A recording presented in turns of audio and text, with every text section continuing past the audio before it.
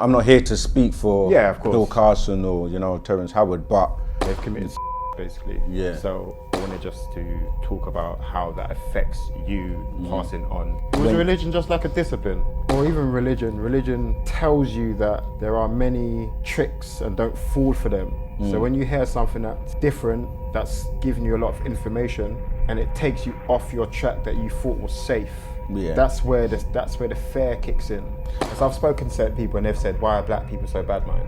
But then I'm thinking, just that statement in itself is part of the problem. People have violated me so many times, you know what I mean? But I know me, so if I think by way how I am, because I am willing to help, that means that everyone else must be willing to help. They just need to know if they can see it. Because they see things in a different type of light. But the planetary bodies have vibration and energy, and the moon pulls, as you say, on the tides and the waters, which ties into the menstrual cycles that the female have. Pull on us, male? Yeah, it pulls on us. That's what I'm saying. That then the lunar, which is what you're saying, the moon, or the lunatics, That's why people say when a woman's on a cycle, if she's not aware of the timing and the diet and everything, that it throws her off. It throws her off. And so during that time, they're like, stay away, people say stay away, because this is in the lunar cycle or the lunatic state of mind.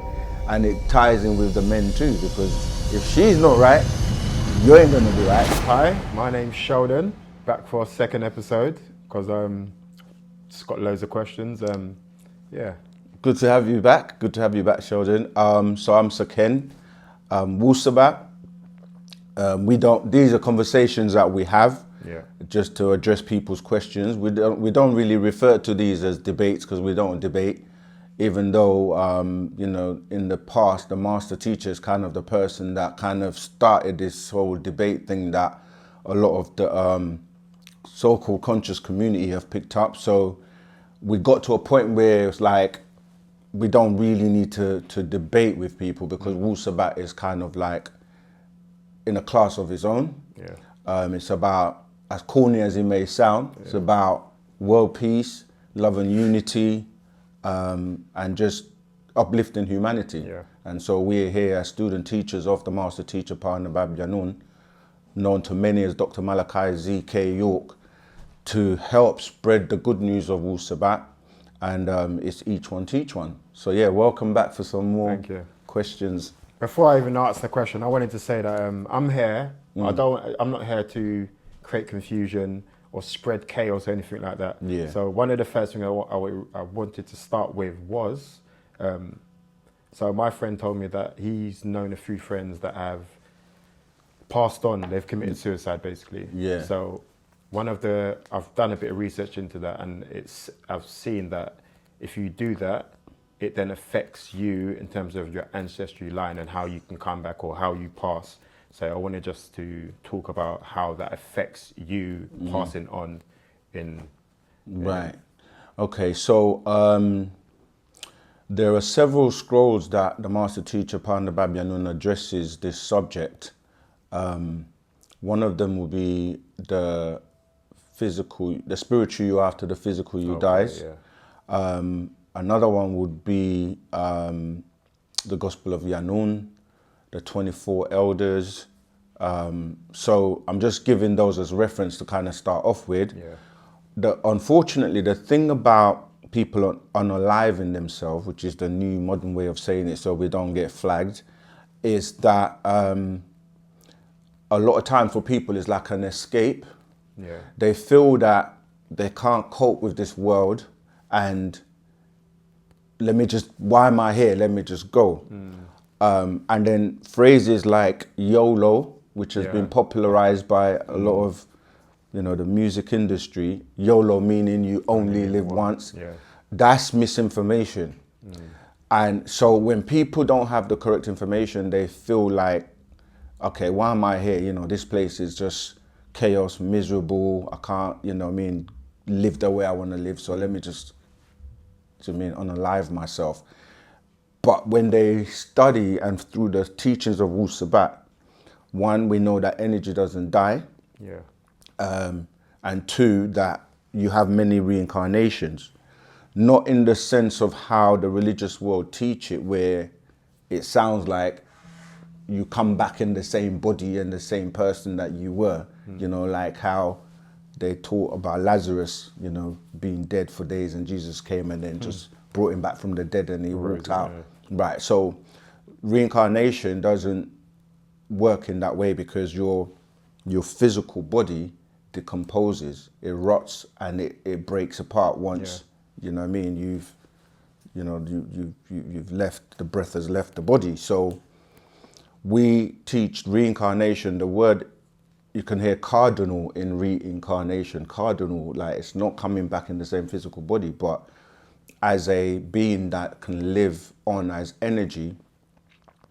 We use the energy instead of spirit and soul, because those words, spirit and soul, are quite religious. So they don't really go into the science of it, because it just sounds like, oh, you go either to heaven or you go to hell.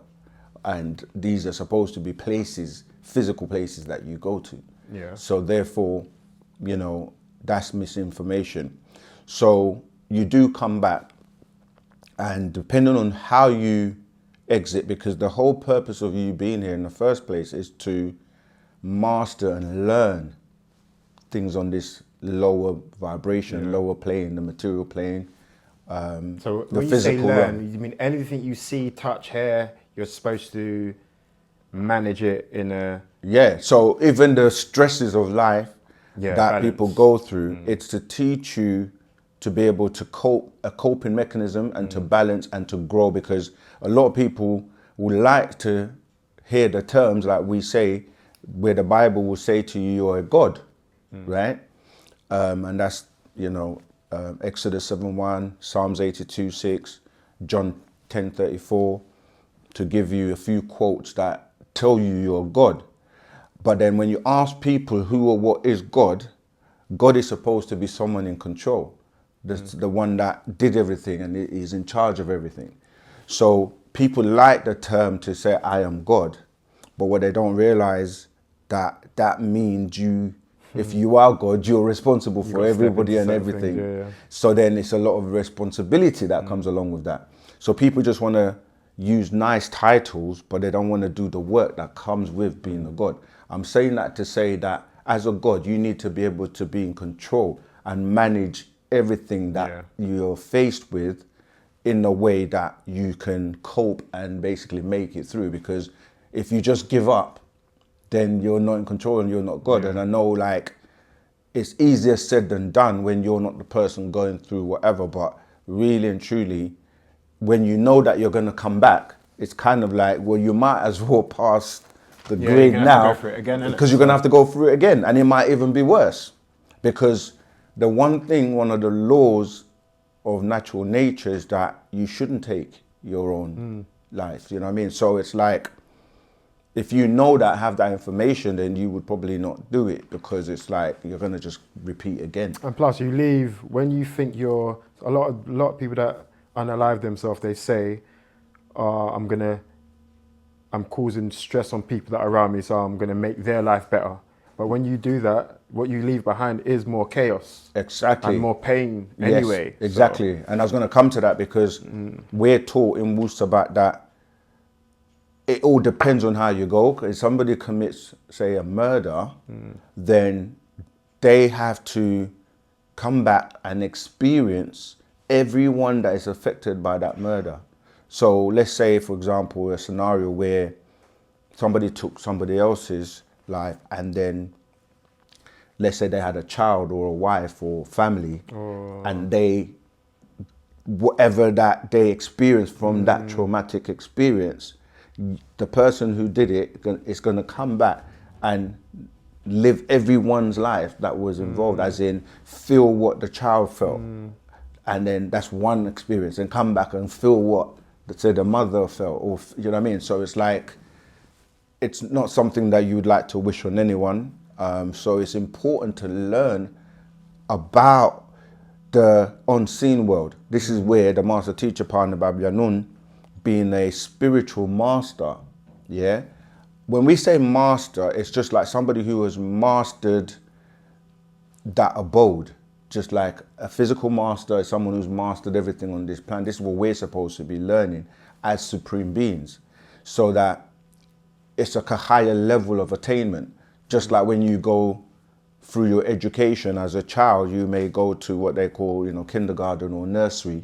Then you move on to like primary school here, secondary school. Then you might go on to college. Then you might go into university, and you might even go into higher learning where you do your masters. When you do your masters, it's like you're now a high level of you've mastered your subjects. That subject. So it's the same when we say he's the master teacher. We're saying he's a master at teaching. He's mastered the art of teaching. Nobody teaches like him. Because when you listen to him, he's been bred and designed to come and do this job. Plus he has the tone, the 3-in-1 tone. So when you hear his voice is like no other. And his frequency and vibrations like no other. And his authorship in terms of the amount of books he's put out. So he's a master of teaching, and we're saying like, you have different realms to master. If you look at it like what I was saying, like going from one school to the next. So what he did is he taught us and took us through the various schools so we can master that religion world like that. You just saying it's unlocked a little something in my brain. Yeah. So once we mastered religion, he was like, now I've got to take you higher, because religion only takes you so far. And was religion just like a discipline? Yeah, religion was really originally to help discipline people and for people to learn how to, like you say, behave in certain situations. So if you're already disciplined, do you need to go through that process? No, not necessarily. This is why now, the day and time we're in, is what he came to give. He didn't come to teach us religion. He came to give us Wu-Sabat. Or Wu-Sabat. I heard you say that obviously religion's expired, it was a time before, it's old. Because people, when you stand up to teach, people ask you questions. And a lot of people kept asking questions about religion because the spell was still in effect. And he came to break it. So every time people ask questions, even till today, what people are doing now is they've remixed religion. It's just like church was quite popular and the mosques were popular many years ago. A lot of people used to go to church, but the numbers have declined. Many people are not going to church anymore. And I'm saying that to say that when people didn't know any better, they would look to the church to get answers of who we are, where we come from.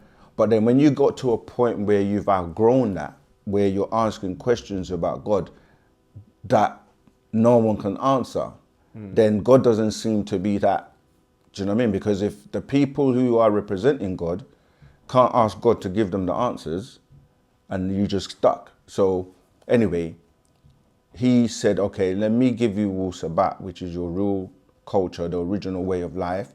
And people just kept asking questions about religion. And then when the churches started to not be as, popular, they started to use movies. Movies were like a new version of, do you know what I mean? Putting the spell out, the programming.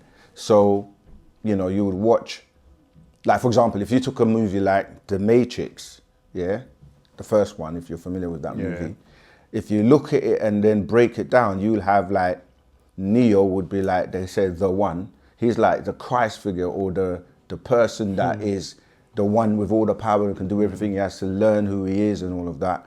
And then you'll have him battling against the bad guys.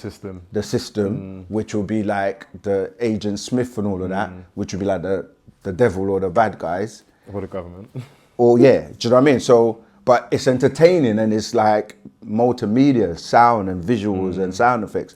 So people go to that. The entertainment side seems to keep everyone within the illusion. Yes. Yeah. Because now, even though you're not going to church, they're giving you tell lies visually or television, or giving you, you know what I mean, another way of belonging to a group of people that are programmed through a means. So even that now, today, social media is that kind of like the evolution of watching TV and then going, no one goes, do you know what I mean, to watch a TV anymore. Everyone goes on like YouTube and all of that now, onto social media. Gonna be there. Right. And I'm saying that to say that today, the new religion, everyone's on is Anunnaki. Everyone's on Anunnaki, Anunnaki. So even when you're trying to come out of religion to deal with Wu-Sabat, to deal with actual facts, to deal with the master's secret, people that are still caught up in religion are drawing you back in. Something else, but with something else now, the modern thing now is like Anunnaki, and so we have to address all of these things. So we mastered, or he took us through the schools of religion so that we would then be able to address anyone that is still in it. So we had to learn Islam, we had to learn Christianity, we had to learn Judaism. And then when you've got to the point of, okay, you've now got to where the Old Testament comes from, you're like, oh, the Sumerian. Because these books are copied from the Anunnaki stories into the Bible, into Christianity, into Islam. So now you go backwards, you get to the Sumerians, and then after that, it takes you up to the stars, because the Sumerians are telling you about these beings that came down called the Anunnaki. Then we go backwards to ancient Egypt, and they're telling you about the Natiru, or these beings that also came from Orion and Sirius. Yeah, talking about the stars, I was listening to Billy Carson and Terrence. They were saying that basically you said that the universe, how it's explained, the universe is expanding, but they explain it in a way that it's dividing in on itself, and then when it's divided in on itself, it compresses and then explodes, and that explosion is basically an expansion. Right. It creates stars. Is that the same concept of expansion as what you're saying, or?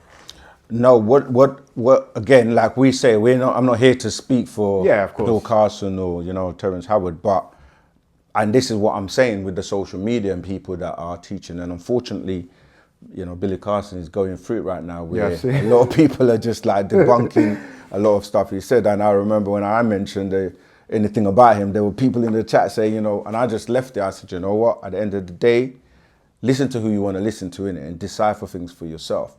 But to go to your question, what we're saying is that when you're saying a universe, you're talking... Or multiverse even.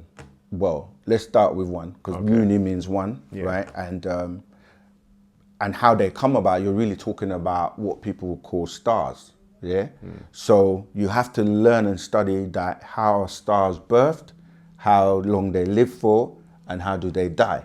Because people don't realize that even though the sun, for example, our sun, we say the sun, but we're talking about our sun because it's the closest one to us.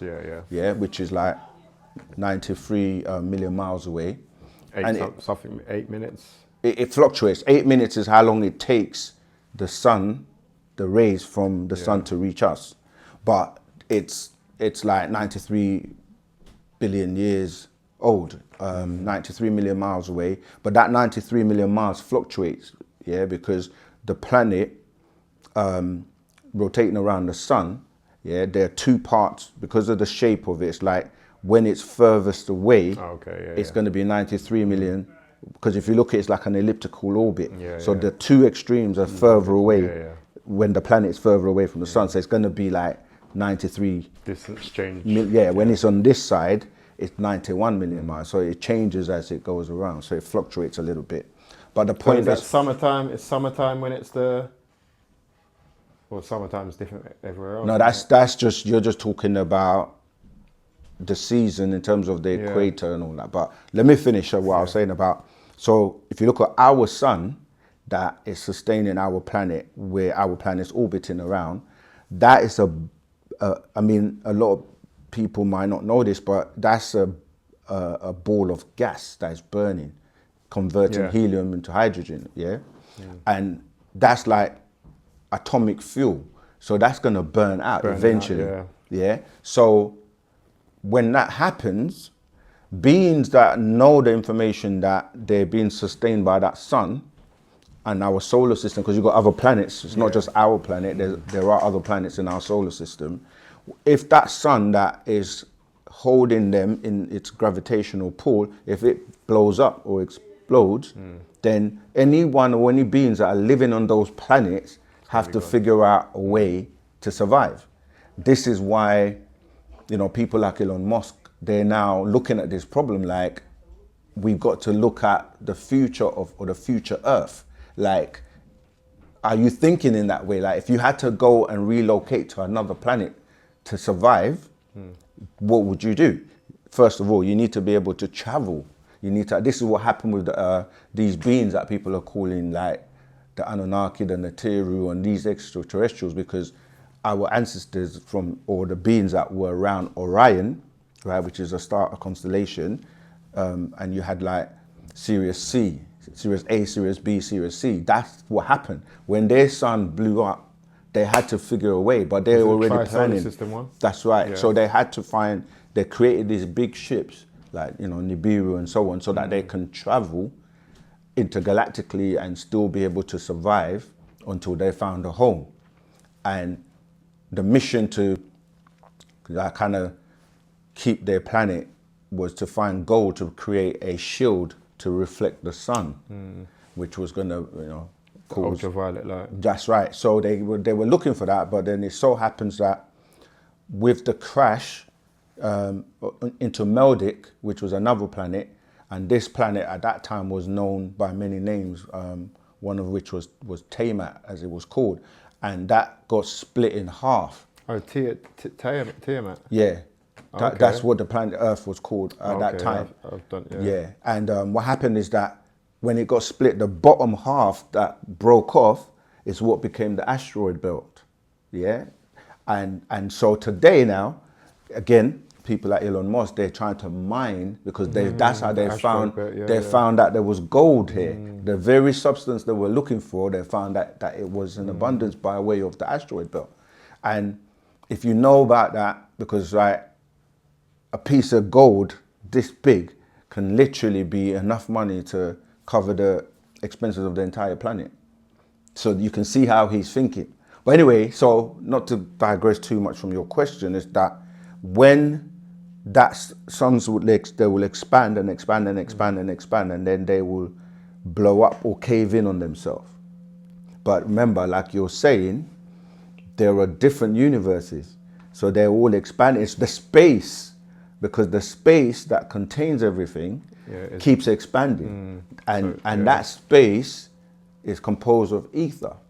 And this is why no matter how fast you travel, like for example, when you're traveling at the speed of light, you will never break the darkness. Because it's expanding. Because it's expanding. Expanding faster than yeah, so exactly. So light has a speed limit, right? And that no matter how far it travels, it will never, you won't get to the edge because it's constantly expanding. This is what we say when you look at all the universes, multiverses, and all the way to omniverses, they're all expanding. And this is what we refer to as pa'ut in our language, which means they're all expanding. But everything, it has a replica. So you are a universe. You're a replica of the universe. So are we basically, so I think they're saying that our mind's expanding, are we expanding? You're expanding every day. So if we eat veg, are we, because that's natural, Yeah. and obviously the ether's natural, universe, everything inside it's natural, are we expanding the same way? Yeah, remember, you didn't start off looking the way you are. You started off as I thought I fully grown now, you know what I mean? No, that's what I'm trying to say. Like, this is what I was saying about you being a replica of the universe. Your dome, if you look at the dome in the outside world where you have all the constellations, it's the same with your brain. The way that you look at how your synapses and how they work is the same way. So as a universe, you start off as a little tadpole, which is the sperm, right? And then you go into your mother's womb, and then you start to expand. You expand and expand and expand to 9 months or 12 months, as we know. Then you come out here as a baby. Then you continue to expand by first learning to crawl. Then you learn to get up on your 2 feet. And then you can walk, and then you still expand and grow to be a man. But you're still expanding because you're getting older every day. So all your cells, everything is expanding until you get to a point where you implode, where you become... Same concept, yeah. It's the same concept, and that's you on your own. Now, where there are two people together, that becomes a dual verse. So if there's you, universe, let's say your wife or missus is a second person, she's a universe on her own, but the two of you together are dual verse too, right? Then you have a child, that's now a triverse. Yeah, so the three of you together are now a triverse, three universes, yeah? And each one of you can keep expanding because you can have more children, they can have children, their children can have children, and you're all expanding. So instead of triverse now, you become multiverses. And when it gets to a point where you're expanding so much in terms of, imagine the first in your family tree, the first person, they've expanded to have children who have had children who have had children. So we say the 4 generations of your ancestors, yeah? Each one of those people has their own 30 generations. So everyone's expanding together. Now that's just your family. Now multiply that with all the families in the world, everyone is expanding. And then you get to a point where the physical body has expanded to its limit, and then it has to expire because your physical body, the skin suit, can only last for so long. So we call that aging. Yeah. And then you go back to the essence where you came from. The gas. And then that's where the cycle thing comes in, because either you've graduated and have made the grade after mastering this plane. Yeah, that's why one of the acronyms for the Bible is basic information before leaving Earth. So the Bible just gives you the basic information about how to live, and then you graduate to Wu-Sabat, which takes you further to dealing with things where a spiritual master that has mastered the 360 degrees of the physical world and 360 degrees of the spiritual world is able to come and guide you how to turn yourself back inside out to not only deal with your physical, mastering the physical world. So going back to the original question of unaliving yourself, you don't graduate like that, because your potential is about learning and exploring to know what your actual potential is. When you look at the word potential, it deals with potency or potent, the omnipotent, the omnipresent, you see. So it deals with you being a God and taking responsibility to learn how to manage being controlled and being enslaved by, lesser beings who are trying to keep you in that stressful state where you're so tired of the chaos. Can't think straight. Yeah. You can't think straight. You can't, you can't feed yourself. You can't do this. You can't do that. To the point where people do get to a point where they just give up, or they just go, like I said before, oh, somebody help me, anybody help me. And then they let these entities walk in, because by design, they want you to give your allegiance, your energy, your potency to them. And they just feed off of your energy.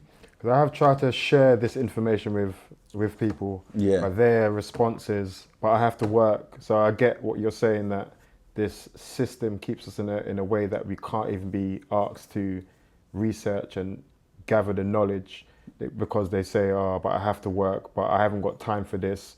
Or so I get it. No one's saying don't work. Everyone has to work. But they can't. They say no. But what I'm saying is, in order to get through their way of life, they're trying to elevate and be self-employed, but there's a system that they don't see. Right. But when you're trying to tell them about the system, they can't be asked for that information, because they're searching for other information, but that information that they're searching for keeps them in that same system.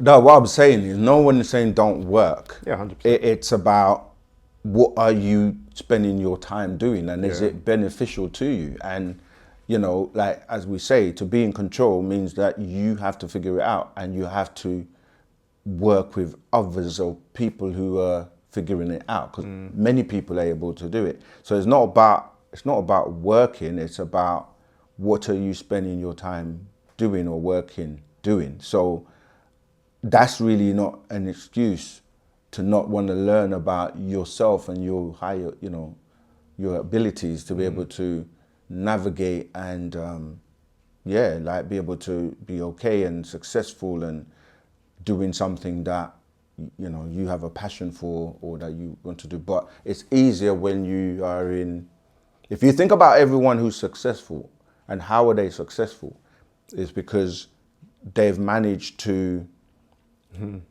crack the code, if you like. Yeah, all of the levels of stress and managing. You have to, and the individuality thing is a part of the problem because you're trying to do it by yourself and manage it all by yourself when it's designed that you will fail as an individual, but you would succeed as a part of it all. So it's about learning what you need to do so you can be successful. And it's also dependent on what you're calling success, because a lot of what people call success is actually not success at all. Because if you're, like you just mentioned one of your friends saying, it's like, if you're on a treadmill that's not going anywhere and successful but stressed, you're not, all you're doing is just not going anywhere fast. A lot of the time I feel, well, some people have to learn kind of the hard way. They have to go and hit a wall, not physically, not literally, but they have to go through certain situations for them to see it happen and get a little, the light bulb situation and say, And this is where like someone can navigate you or help you or guide you not to make the same mistakes that other people have been making over and over and over again. And it's a matter of, some people don't listen, some people don't want to hear it, so they have to learn the hard way, as you say. And really, why would you want to repeat the same mistakes? If somebody has already made that mistake and they say to you, you know what, actually, you don't need to go down that road. But if they choose to, and that's a really interesting question, because being in Wu-Sabat, I've seen and known people who,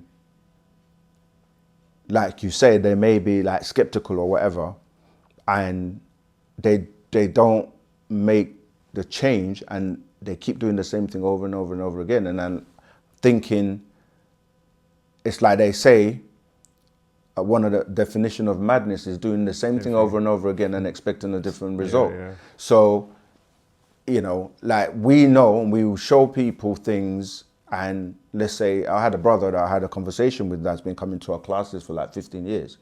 And for some reason, he's still skeptical or doesn't think it's the right way, but then he's stuck in a kind of a loop, because there is a lot of scary programming though. There's a lot of information out there of people just passing away. They're getting involved in certain groups. Or even religion. Religion tells you that there are many tricks and don't fall for them. So when you hear something that's different, that's giving you a lot of information, and it takes you off your track that you thought was safe. That's where the fear kicks in. Yeah, but that's what I'm saying. If you thought was safe, doesn't mean it was safe. And this is where the whole religion thing, it's about when you actually study and read it for yourself, not when you're following what other people are telling you, because that becomes the blind leading the blind. But it tells you that when your eyes are open, it's to know good from evil. Because up until that point, you don't know the difference between good and evil. You don't know who is actually telling you the truth. The way you do that is to start to study, scrutinize, check things out, question people, dissect everything, do your own research. Information is which will bring you to knowing for yourself. Which that doesn't make sense. That makes sense. Do you know what I mean? And like, but that's what religion is designed to do, to keep you believing as opposed to knowing. And there's a big difference between knowing something and believing something. You can believe anything you want and be 100% wrong. So if you're a heavy, say, meat eater, will that physically or spiritually stop you from elevating? Yeah, because what it is, you have to think about it's the energy. Everything breaks down into energy. Flesh, it's actually things that are on a lower vibration, they draw you down and keep you within the lower vibration. Like a partner that's lower drags you exactly, down. Anything, exactly. And then the things that are higher, they move faster and they're trying to pull you up. So you have energies that are pulling you up and you have energies that are pulling you down. So if you start to look at, you're a container that contains whatever you put in, whether it's mentally, physically, spiritually, and on all those levels, you have lower energies and you have high vibrational energies. So if you put crap into your mind's going to be clouded. Yeah, feel the crap. Right. If your physical body is getting crap food, then you're weighing yourself down with crap stuff. So you have to learn that on every level, what you're trying to do is raise in vibration, raise in energy, raise in your thinking, raise in every aspect of you, so that you're operating at your optimum. You know, you're not thinking of the basics. Like, you're eating, let's say, but you're not looking at what you're eating and what you're putting into yourself. If there's no nutritional value to what you're putting into your body, why are you putting it into your body? But it's because you're being tricked. Yeah. No, it's the greed, but it's also taste, because everything comes down to touch. When you're using your vessel, it's really an apparatus that you're using to sense and feel and like hear and see and like. So when you're dealing with touch, it's like, okay, it tastes good, but is it good for me? We like to experience things, don't we? So I get it. But with them, but you don't have to experience everything. You can't experience everything. Yeah, well, you can with multiple reincarnations, but I'm saying, like, you don't need to put your hand in the fire and experience that it's burning you nowadays to know that fire burns. So there's other ways of learning without having to experience certain things. But like you said, some people have to experience dropping out of a plane and surviving, and then they're like, how is that possible? And now they start to think, wow, like, I must be here for a reason, because not many people will be able to survive or being shot in the head and you survive. Do you know what I mean? There's certain things that people... should you do that to realize if you should be here? No, I'm not saying you should do that. I'm just saying that there are many things in life that people experience which they didn't have to, but it's a wake-up call. Yeah. Like, you might have to get sick of eating crap for so long. Then all of a sudden now, when one of your family members or someone's got cancer, that's the only time now cancer is a big thing in your life. You start to now look into why they've got cancer. But prior to that, when it didn't hit home, it was okay. As long as it's somebody else's problem, it's fine. But when it reaches to where affecting you, then now you start to take it seriously. Something with me, I don't have to go for a bad experience before I'm able to respond. Yeah. I see a lot, I hear a lot, and I'm like, whoa. And you feel a lot, because this is what I'm saying. When you're in tune with the higher vibrations, your ancestors and other beings that are on a higher vibration, they try and guide you and help you and move you in a particular way to stop you having to go through the problems, the issues, the stresses of life, and getting caught up in things that are not really going to help you. But then you have your negative, or for lack of, we say negative, but like disagreeable, because remember, it's pulling and pushing forces, centrifugal and centripetal forces. There's always two pulling forces, and you're in the middle. You're meant to be balanced. But if you get yourself swayed into the wrong side, then you end up behaving or acting like the ones that are pulling you in that direction. So if you're being pulled into the positive by your positive ancestors who have made the grade, who have passed and have elevated, and they're now like connected to you, and they're like, we got to guide our family to bring you into that. Do you know what I mean? Then you're going to raise in mentality, in vibration, in spirituality. So when you say the ones that have made the grade, that's just by way you finding out who your ancestors were and what they did. That's important, because you are the end product or the result of your ancestors that have passed before you came here. Because I think I know now with this conversation which one that actually is. Yeah. Because I've had conversations recently. Yeah. And I've been told about some of them. Right. And how they behave. Yeah. And that, again, every time I speak, it seems to be face-to-face conversations when I really, I don't know if it's face-to-face, but that's when I really... It's the energy flow, because like I said, like social media, you know, you don't have the energy exchange because you're doing it through a device, and those devices are basically mechanical. They're not, they don't have that interaction. So when you're with somebody like this, we're exchanging energy. That you actually feel it, and the tone, the vibration, the frequency is felt, and the same way with me. And what happens with social media is they take away that emotion by giving you emojis.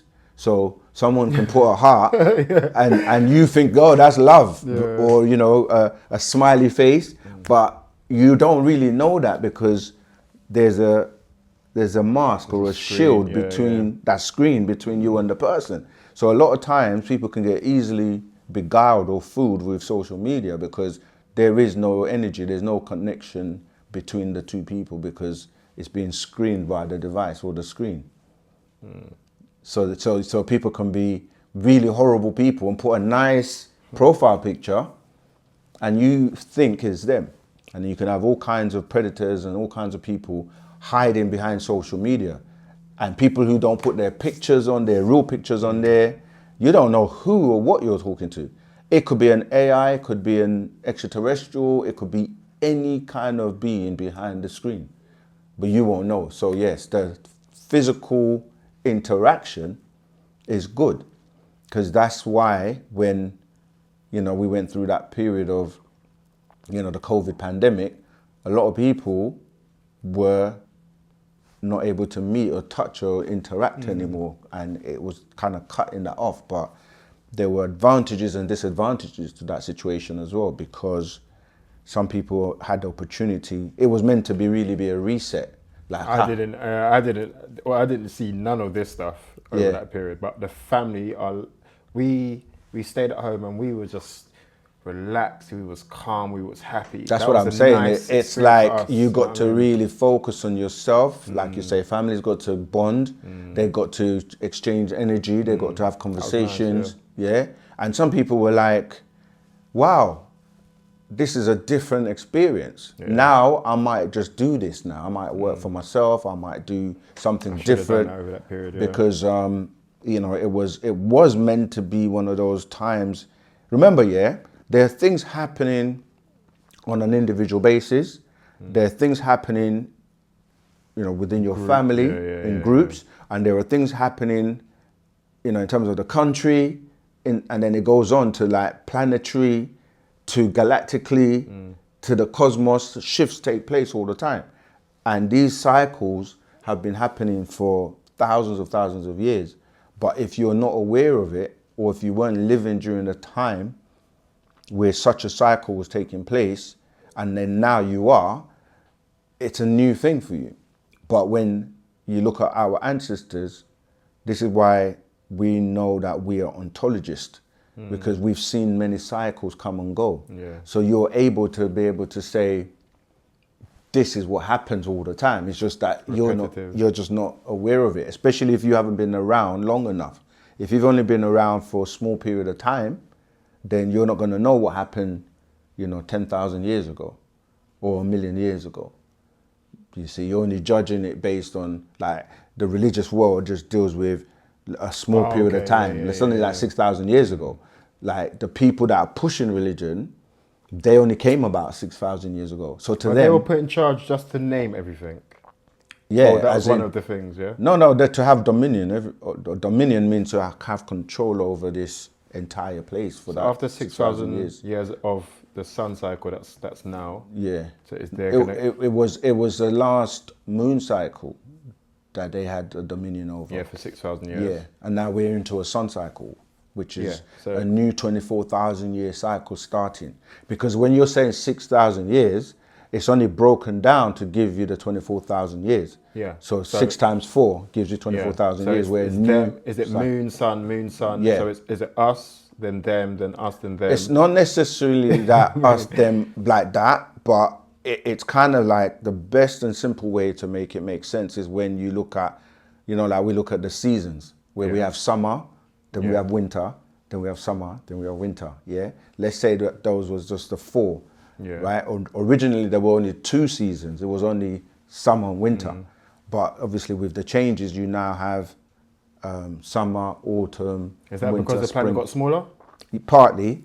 But to go back to the point you're making is that just because it's winter time, we are still melaninite beings. Yeah, of course, We're still able to function in winter. It's just that it's not the most potent sun and for us because we're more sun people. So we vibe with the sun and we're more active and more like, do you know what I mean, during the sun cycle or during the summertime. Whereas in the wintertime, we more hibernate. We don't really like the cold. But you have other people who like the cold. Yeah. In wintertime, people are walking around with t-shirts and shorts. If and I'm you're thinking, active in wintertime, I don't mind it. That's what I'm saying. So I'm saying that to say that we can survive through any cycle, situation, but it's not our best time. And those who function more in those cycles, they're going to be more active and more like this is their time. You know what I'm saying? Like the leaves fall off the trees. So nature transforms and changes during these cycles. And that's just we're just dealing with the cycles within our planet. But outside of the planet, you've got galactical cycles as well. And each planet, I've heard that each planet itself affects our planet. Yeah, because everything is connected. Does our planet affect their planets? Or is it each Yeah, one, of course, it does. Other? Because remember that, like, we have a solar system, yeah? And we have a galaxy. And we have a solar system inside us. Yeah, system, exactly. And each one affects That's why I said you're a replica of the solar system. And so are we and inside, even down to the point are we of inside of someone's body? Like, you know what I mean? Are we inside? If we're in a solar system, that we must be type in. Because if we're in the all and the all is inside of us, then we are inside of a being. That's right. Yeah. And I'm glad you used the word being because I know. Most humans only think of the humanoid this is like form. a super being, then, you know? Yeah. So when we can draw energy and thoughts, we're drawing it from a source. A raw source, yeah. But as I was trying to explain that we're in a galaxy and there's other galaxies. We're in the 18th galaxy. We're in the 18th galaxy, and there's a 19th galaxy. We're probably like inside this being. We're probably like an atom. Yeah. In terms of inside that being. Yeah. But that's what I was kind of going to because if something happened to this galaxy, it will automatically affect the next galaxy and so on and so on. It's like a domino effect. And then if you go into yourself now, start breaking yourself down into the atoms, you see the same thing where you have a nucleus.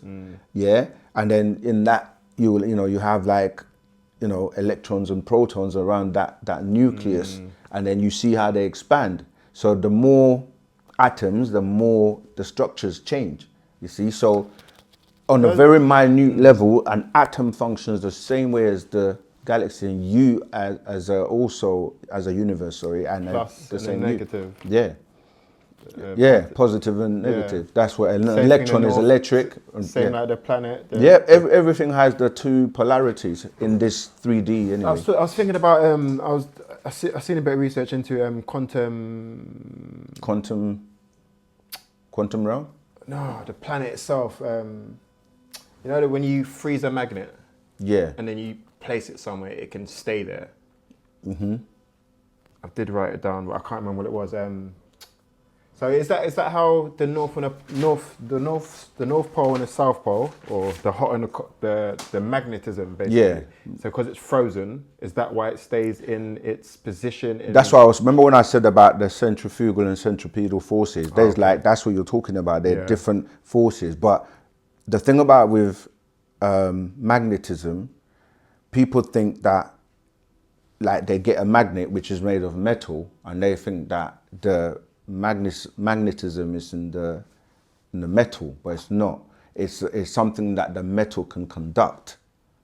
You get it's a force. Yeah, exactly. So that's what I'm saying. It's and like you're pulling. Changes. Yeah, exactly. And structure. that ether that I was talking about that keeps expanding, and we, that's why, like you say, space.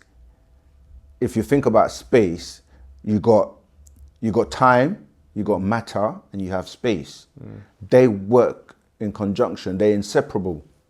Yes, but the space is expanding because they don't really know what the space is. So they try to get to the end of it, but they never get to the end of it because our ancestors did this by design, to limit people and limit things to different, like I said, the different realms, the different vibrations. Everything has a level. Yeah, so there's atomic and there's subatomic. Yeah, exactly. So with that, yeah, so but if it was subatomic, go on. So let me let you finish. We didn't get more information. Did we not get more information because we wasn't ready for it, or we just didn't get more information because we didn't know it or research it? Because is there something smaller than? There's always something smaller than. Right, but you know when you say the we, research. Obviously, I would have loved to have been in that. No, I'm trying to answer your question. Yeah. I'm just saying when we say we, the we always think is inclusive of everyone. We as Mosbatu or the Negroid race, the first race on the planet, our ancestors, they know and have this information and it's within us. It's just that you got kind of like bamboozled and got suppressed and got everything was taken away from you. So you don't really know who you are, what your capability is. That's why I was saying before that your purpose is to learn who you are and learn your potential and what you're able to do. And part of that is to give you back your information, because our ancestors were scientists. They're the ones that put all of this together. So let me finish. So like I'm saying that knowledge is what you're lacking that you didn't have. And by way of your suppression of your higher senses, you know, clairvoyance, intuition, telepathy, and psychometry, these are all the powers that you had before. And now it's a time for you to reawaken to who you really are and to be taught and to be able to reenact these powers and start to function as what you are, which is a supreme being. Other beings are lesser than that. This is where we go to the ether, the 9 ether, 8 ether, 7 ether, 6 ether, 5 ether, 4 ether. So people are vibrating on different levels based on their attainment, their knowledge, as I was saying, raising their mentality, raising their vibration in all ways. And you do that by knowing what's right and what's wrong to do that will affect you either negatively or positively. And that's what I'm saying. With a lot of this, a lot with Wu-Sabat, you can see why everyone is the way they are outside. Why the man on the road, the people on the road, you see why everything. they are, and why the music, the movies, why they've done this. Yeah, you start to put the pieces together. It turns you away, it turns your back on what you're actually supposed to be doing, what you're supposed to be eating, how you're supposed to be living, speaking, the words we use. Because again, I've seen about our consciousness. Yeah. So our reality and the things we say is what we manifest.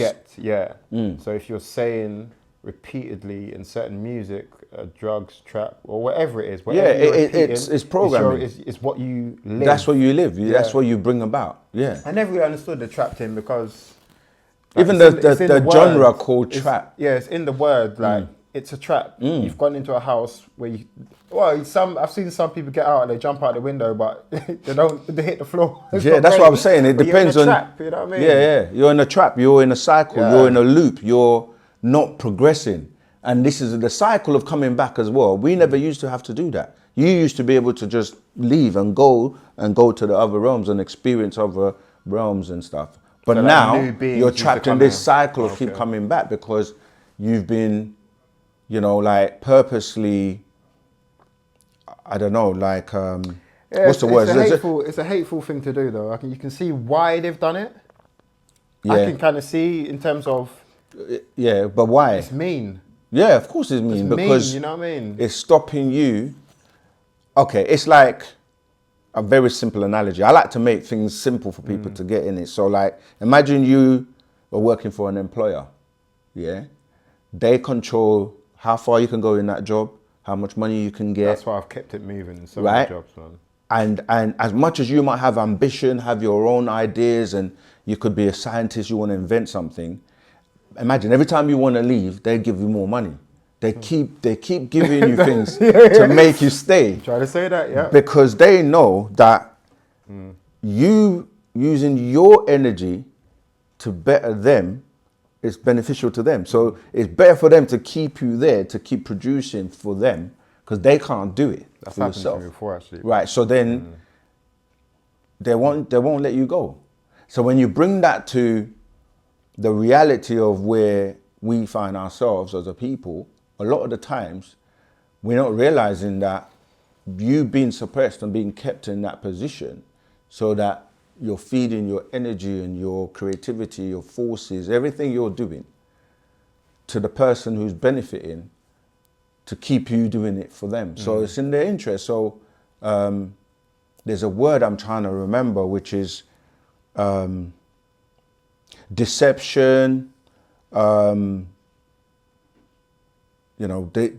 just giving you falseness, which keeps you thinking you're getting somewhere. Kind of dangling a carrot. Yeah, but you're not. That's why I use that example of, imagine you're going to become the manager, and they keep telling you, next year, not this year, you're going to get your promotion next year, or whatever. I just call that lying, you know what I mean? Yeah, because if their intention is never to let you go, then the carrot will always be dangling. And then people say, like you said, but I got to work, I got to keep paying.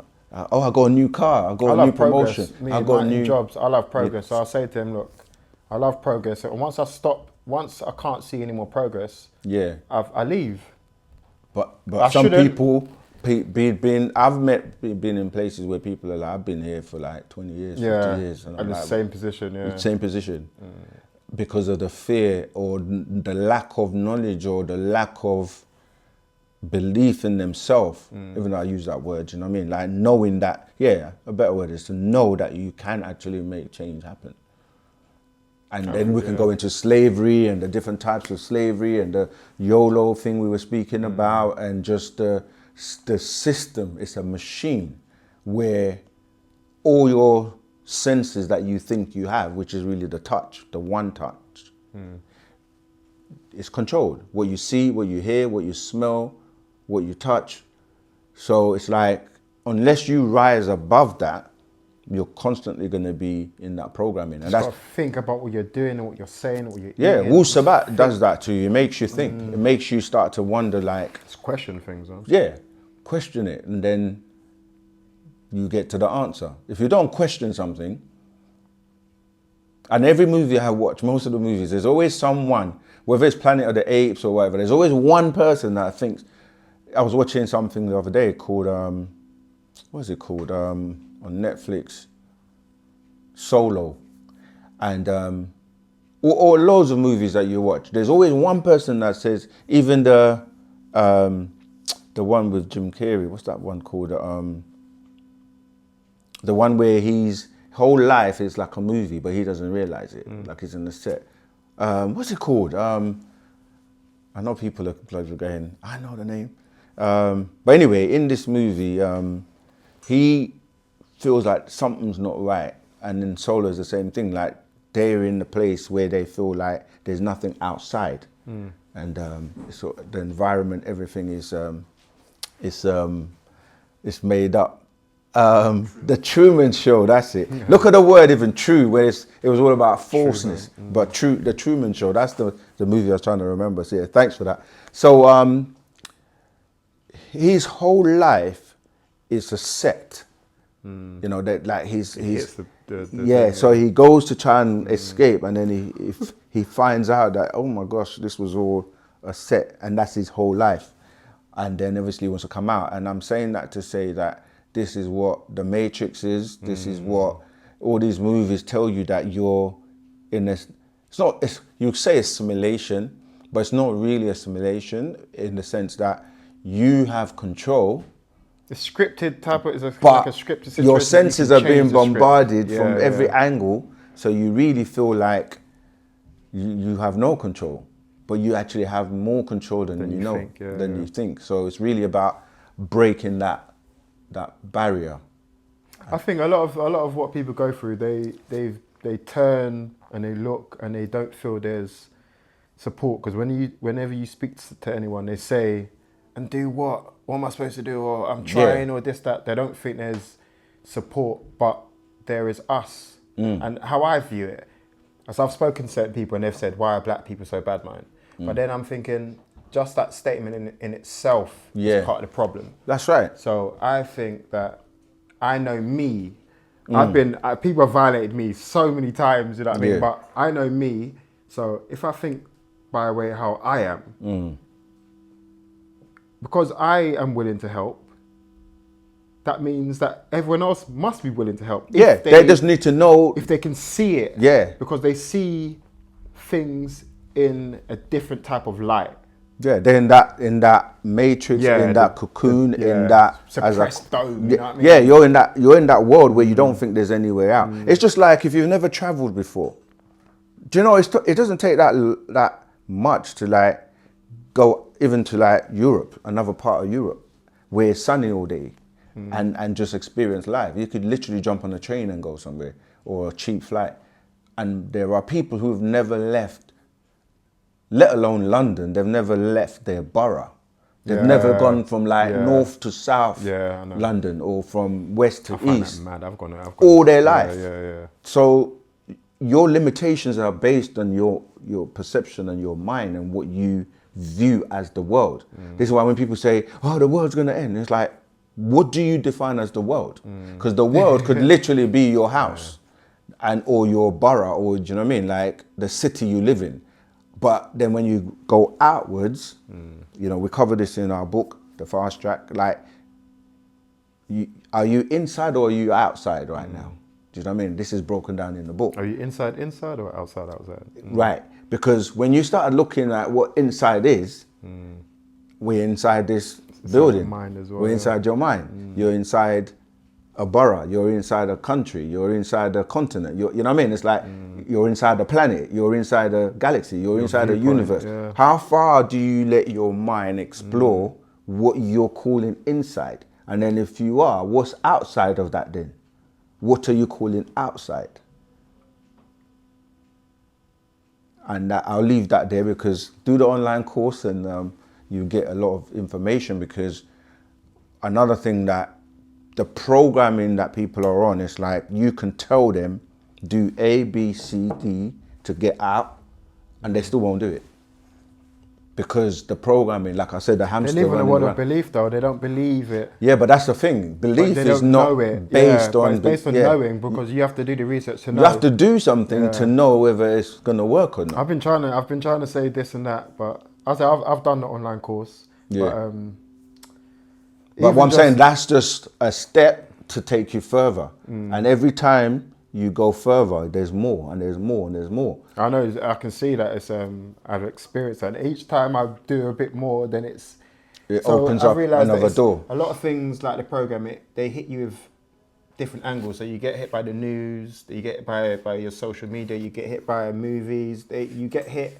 So you get suppressed, and you're forced to get suppressed by different angles. So you can literally have to unlock the same way. So remember, that's what I'm saying about the matrix, being in that hamster's wheel. You have to come unplug. You have to come outside of that. But we have many plugs in us. That's the thing. Look at the news. That one. North, east, south, west. You said that the other day, and I was like, whoa! I didn't even know. You know what I mean? Most people don't. So they control your circumference of information, because people don't see the puppet master. Like, you know what I mean? You're just watching the puppets move and doing stuff. And it's like, who's behind the scenes? There we go. And I've always said that. This is why I've always said that people are like, you got to vote. Maybe you do, but how I see it, one is going to slap my face anyway. So I don't want to take part in the slapping of the face game. You know what I mean? So I'll stay out of the whole thing. They're all a mess.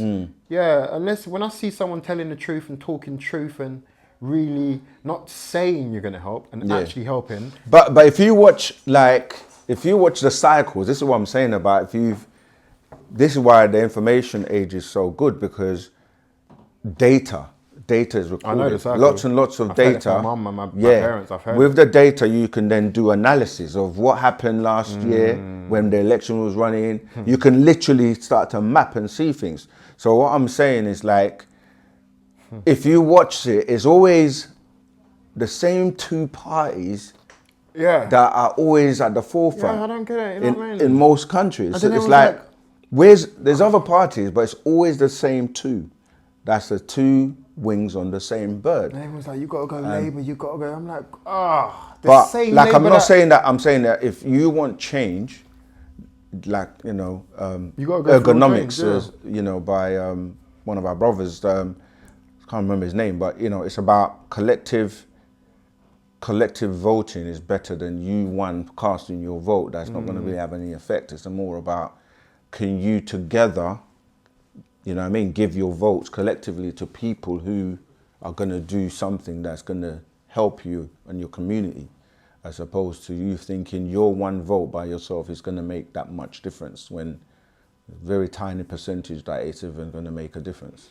Obviously, I think there's a lot of things, it has to be kind of like on a level like a challenge. We have to challenge people to work together.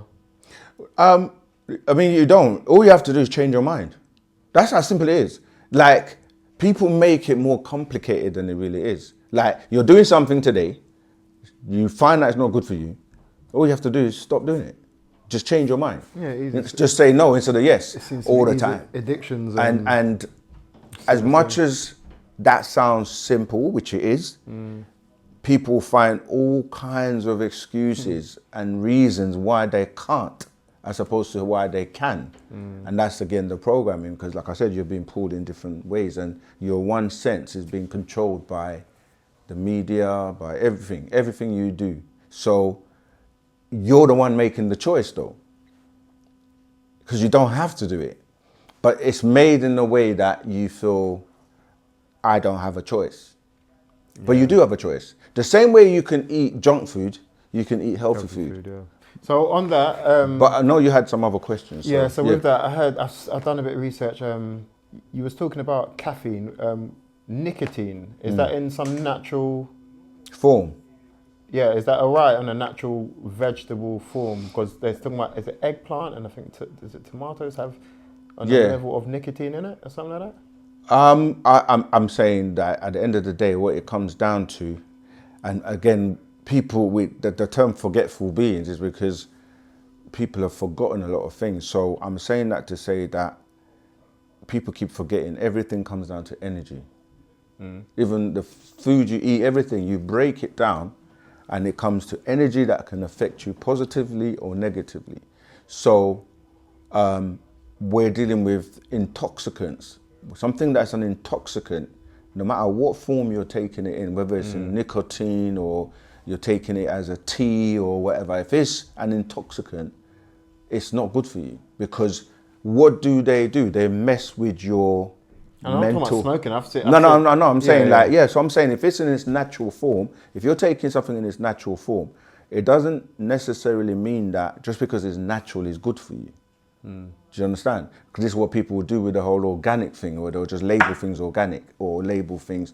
So I'm saying, yes, in terms of if you're, say, addicted to caffeine or, you know, coffee or something, you can get versions that are caffeine free.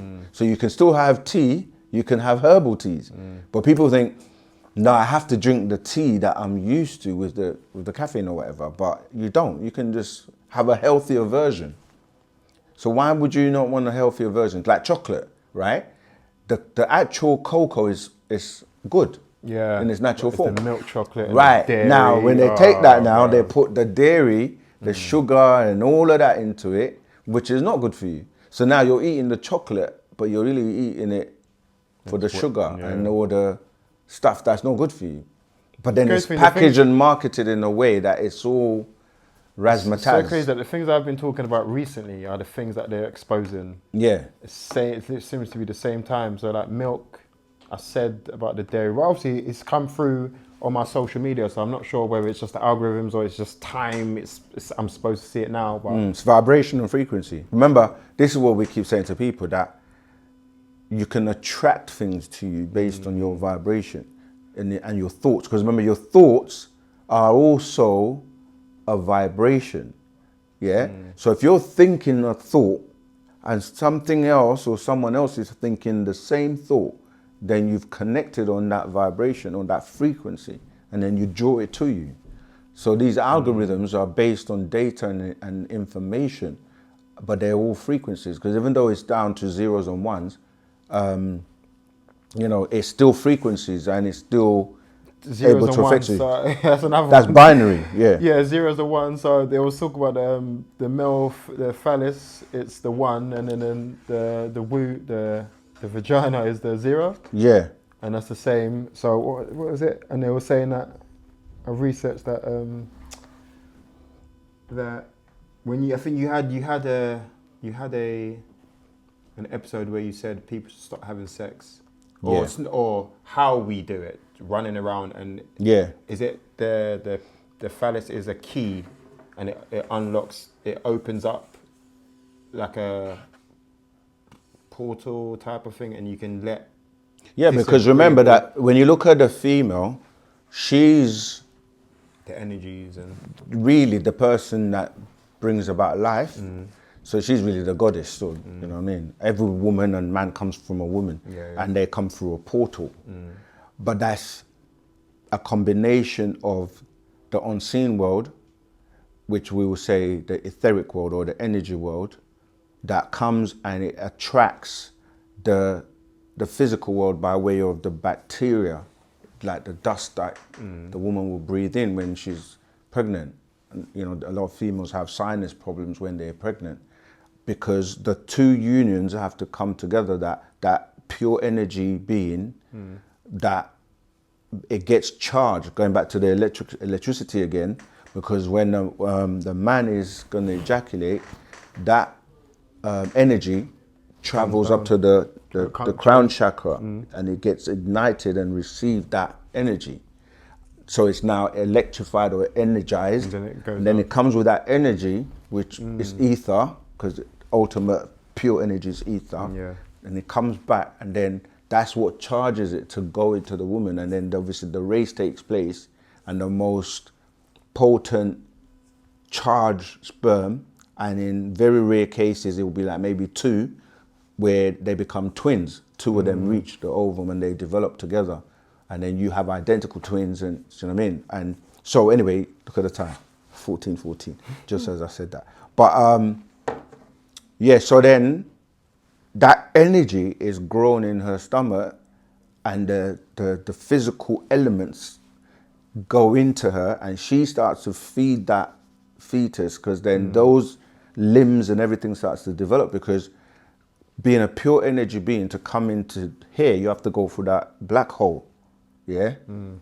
If it's a black woman, if you follow my drift, but that's a portal. That black hole brings you, because after the explosion with, this is what I was saying, that how you relate it to how the universe is formed and how planets are formed. Right, it's an explosion, that you know, the Big Bang as they call it, and then from that, you get all these bodies, and then they get, you know, caught up and they rotate around and so on. It's the same where the atoms and everything that are now forming around the energy of that being in the mother's stomach, which is, you know, the spirit, because you have the spirit and the soul and all that being mixed, and it all builds up, and then 9 months later, those atoms, because remember that if you look at it like density, which is dealing with the energy, which comes down in vibration and slows down to matter, yeah? That matter becomes atoms, yeah? Those atoms then form the cells, and the cells become organs, the different organs, and this is what's taking place as you're building, and those organs then form a body, and that body then comes out as a baby. But that whole process you're going through during that time is this mother that is growing this being in her womb in darkness, because you don't know what's going on in there, but all of these elements and all these things are forming. This is why when you start to deal with health, it's the cells, because the cells are what powers the body, or the energy in the cells. So when we start to look at diet and look at like when you get diseases, it's when you might have like, you can get something, an ailment, which is based on something you've put into your body, or something that is unnatural, or that is not in divine union with what you're supposed to be, that thing then can become, like say if you've got a cyst, that cyst can be because of the stresses or the pressures of what's happened, but then the cells, if they don't have the vitality to be healthy, they start to break down. And so then you can get infections or diseases, which is now, dis is to go against, ease is when you're at ease. So to have a dis-ease or disease is something is going wrong with your functions or your system. That's more because of, is it meat? It's based on diets, it's based on stress, it's based on a lot of different things that you do. You know, like the environment you're in, you know, what you're breathing in. There's so many different things that can affect you to the point where you get sick. And then now you have to try and figure out, okay, what's going on? And it may be like you've got metals in your body. And these metals, going back to what you were saying about the milk, the dairy is one of the major causes of mucus. And the mucus traps, and holds these metals in your body and stuff, or ions. Does starch do that as well? Yeah, it does. So potatoes and the bland. Because remember, and most things that are synthetic or that the natural nutrients have been removed, there's no value to you nutritionally. So this is why we say, like, if you know how your body works, how the systems work, like what each organ is for, you will know, like, okay, the lungs are to get me air, and there's vitality in the air called the Seqen. And when we start to go into what's holding these atoms and these cells together. So when people get, say, you know, something like a cancer, for example, is those cells are now being destroyed. But the thing is that if you maintain a healthy lifestyle, you don't wait till when it's too, like it's spreading to the point where it's hard to control, because then it's starting to absorb or damage other organs.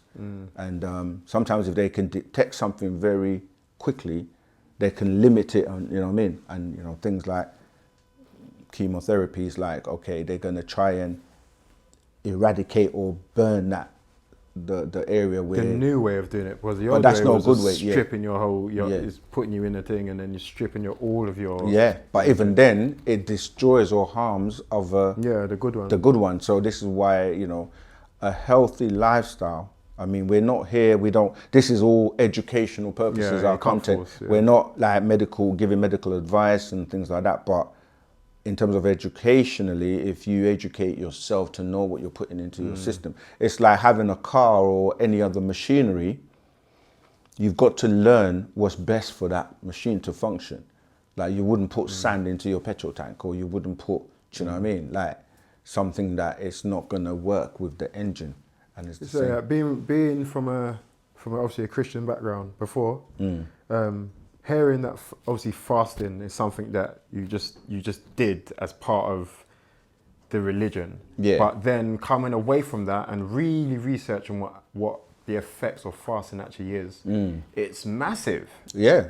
Well, to your mind, to your body, to all of your cells, what it actually does and what it actually builds and what it creates. Builds insulin and and fights off diseases, eats the disease, makes better cells. It is.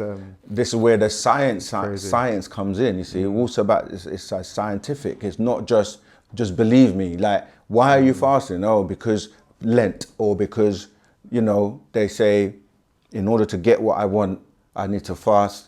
You know, you go to, you know what I mean, the preachers or imams or whatever, they will say, fast and pray. Yeah, and but when you talk about, I've spoken to people about fasting, they've told me, have you heard of Scientology? I'm like, yeah, I've heard of that, but that's not what I'm talking about, you know what I mean? Science and scientists and Scientology, two are all different things. So I feel, from what I can see, anything you're supposed to do, there is something out there to counteract it and distract you and make it, it makes it look silly. Yeah. Anything you're supposed to do, there's something there to balance the sensible with the unsensible. That's what chaos is. That's what confusion is, because...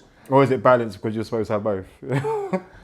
Well, balance, yeah, because moderation is obviously something that Wu-Sabat teaches. Is like we don't go to each extreme. So in terms of, because you're in an environment that is not purely controlled by you, you know, the best thing is to be balanced, because the extremes are no good either. So, but if you're in an environment and you control everything, then it's not about just, do you know what I mean, doing both things. It's like you go to the way that is the best for you. But when it's out of your control, then you say, like, for example, we can't say we eat everything perfectly, because unless you're aware of where the seeds come from, yeah, I know. and then you're growing it in your own land, and you've actually, like, the land itself is, you know what I mean, clean, fertile, and then you're responsible for growing and, you know, harvesting that yourself.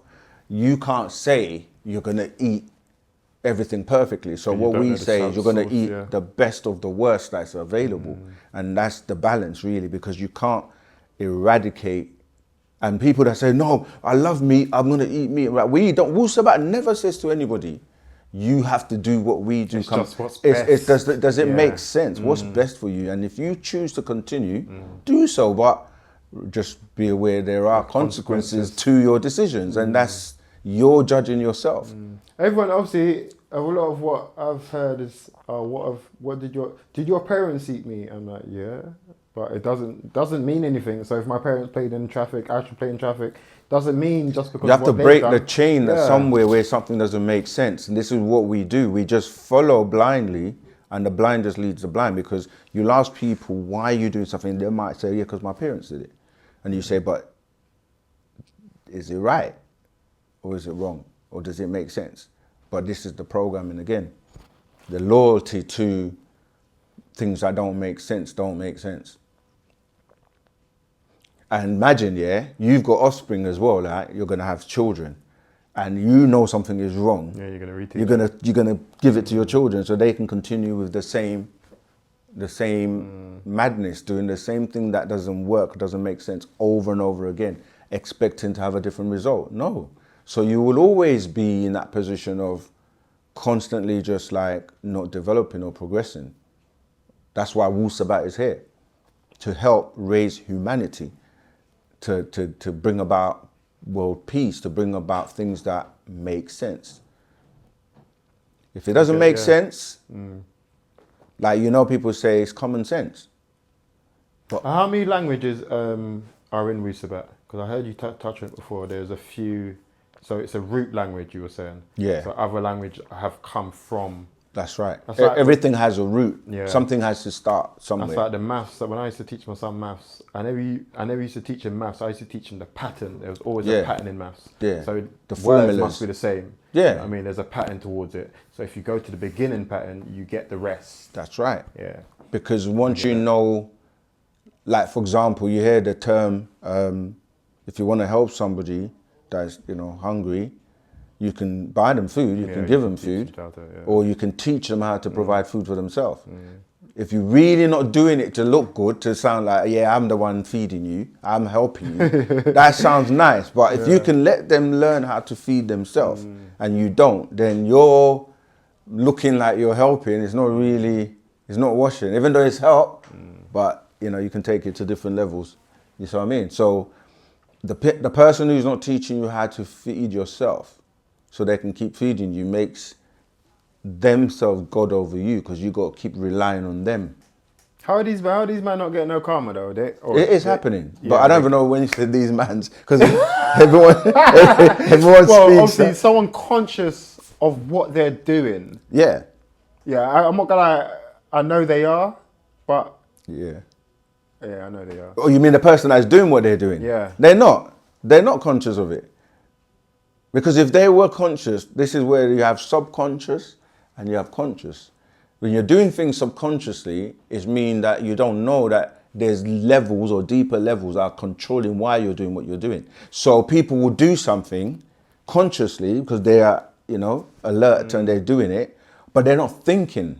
That's where Wu-Sabat comes in, because you're doing something, but you're not thinking about why. You're not doing the calculations. And when you, like, again, I'm not, you know, having a go at our sisters, but if they wear the fake hair, I know, follow. Subliminally, they will say, or they will say consciously, I done it, I wanted to, I know what I'm doing, it makes me like feel this, makes da-da-da-da, but then you said, you know, there's a subconscious programming to this, where you're trying to emulate and look like someone other than self and kind. If your hair is not naturally like that, but there's other people whose hair is naturally like that, then you're trying to be like them. And the subliminal thing about that is, if your male is looking at you, looking like someone else, and they know that the version you're giving is the fake one, why not just go for the original?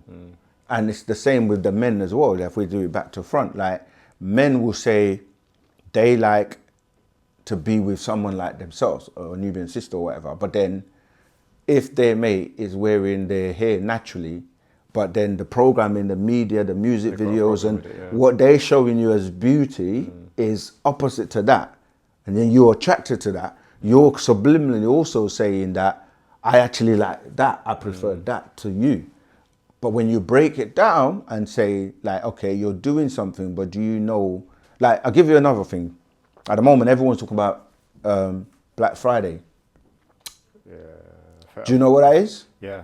That's when, was it black slaves or something? Yeah. Yeah. But now it's like, it's about marketing, and you're going to get a discount on this day, and you get These deals. They trouble me inside. Once you know how it originated, it's troubling. You know what I mean? I'm like, yeah, because now you're not just acting on the programming. You're now going back to, like, do you actually know what you're promoting? Do you actually know what you're making look like is a good thing when it's not really a bad thing? And the thing is, it's all about money. Yeah, because obviously people are going to say, what should I do? Wait for this to end and then buy it when it's more expensive. But yeah, that's what I'm saying. So you're kind of in a place where, like, okay, I'm going to get the deal. Hard place, but exactly. And it's the same, like, this, we're going into what people are calling Christmas now. And again, everyone's going to be like, because we've seen it over the years, every year, the same thing. Things go up, the decorations go up. Everyone's like trying to, like you said, the greediness, everything comes in because everyone's going to buy all this food, and just for that one day.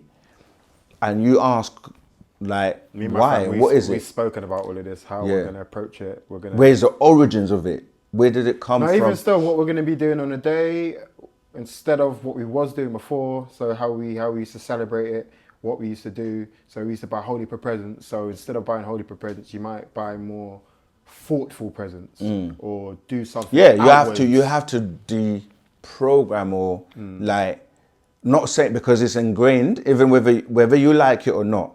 Even like I'm saying, even the words, the tones and vibrations of English that you're using, you know, the days of the month, whatever, it's all tied into the programming. So, but people don't stop and think, like, why is September called September, or why is October called October, or do you know what I mean? It's like, why are the days called the date Monday, Tuesday, Wednesday, Thursday, Friday? Why? What? So with that, what is? Yeah, I want to touch on that. But what is the what is the true 8th month? Is it August, or is it another month? Right. See, this is what we were saying about the thinking. Or is it even? What calendar are you even going by? Or is it even? Obviously, because these men were there to label everything. So is there even? That's what I'm saying. That the calendar is where it starts, isn't it? You're going by a calendar that someone put together to say today is to this day and that day. But something obviously, everything was named. Everything in a period was named, wasn't it? It was called something. In the last 6,000 years. So beforehand, they had no names. No, it's not that they didn't have no names. It's what names was it before? Yeah. Okay. So what was That's what I'm saying. So when you have a culture, you have your own calendar. Yeah. And you name everything in your way, in your culture, in your way. So we have our own calendar that gives you you got a calendar upstairs? Well, not upstairs. This is one of the things that we're facing now with Wu-Sabat spreading. We need to really, we got a lot of different materials, different books that we need to republish. What do you need help with in terms of that? Helping to, so in terms of that, putting that on paper, I'm pretty sure that's not going to be the best. No, that's a good question, because you said, what do you need? Like, the first thing with Wu-Sabat is to get you to think, to make a decision for yourself. Like, does this make sense? Do I want to be a part of this? Do I want to help it build? Do I want to help it grow? And if you do, then you come closer, you come more on the community, on the family side, so that you can be brought up to speed, so to speak, yeah? So you can learn what you should do, when you should do it, how you should do it, and then you work with, with the community, and you will then be, not everything is going to be told publicly, and you know what I mean? It's like some things are, if you're dealing with, strategies and plans and businesses and things like that, there's, trade secrets, as they would call it. So, but ultimately it's about helping to help humanity. Like what I was saying, like we're in a reset where the consciousness of the planet and humanity is being raised. A lot of things are going to become more transparent, yeah? And all the things that have been hidden, all the lies, they're going to now be exposed. Yeah.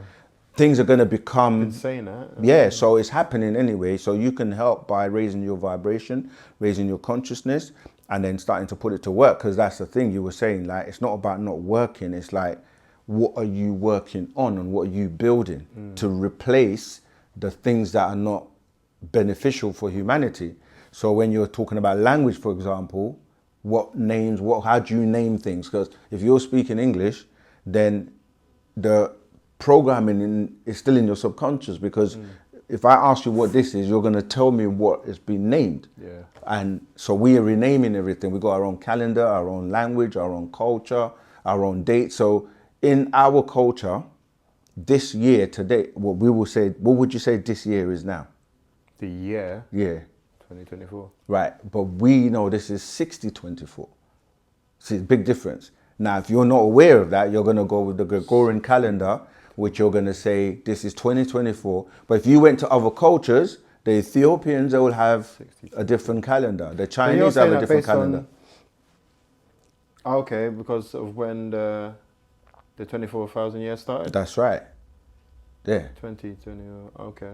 Because 2000 and then it's 24. It ended, 6,000 was the end of that cycle. 24, after 24 it's just reset. Reset. Whole thing. But I'm just saying, to answer the question, that you have other cultures that the Mayan had their own calendar, the Chinese have their own calendar, the Hindus have their own calendar, and this starts to tie into when you do things and why you do it, to get the energy that's coming into the planet, the environment at that point. Yeah. And so things start to align, and then you're working in harmony with nature, as opposed to the fictitious calendar that throws you off.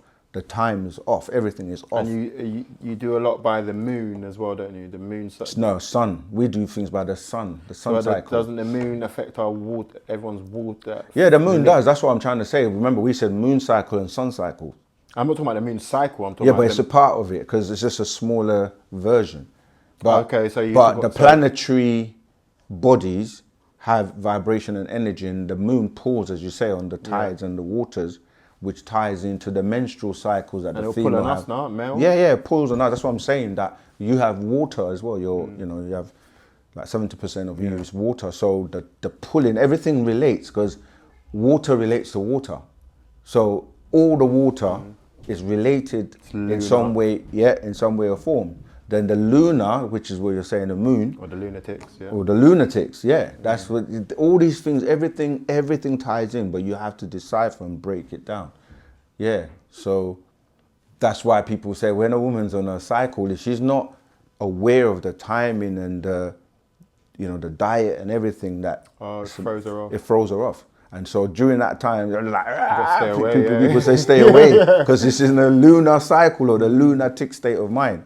And it ties in with the men too, because if she's not right, you ain't going to be right, because you're tied in with her. She's going to affect you.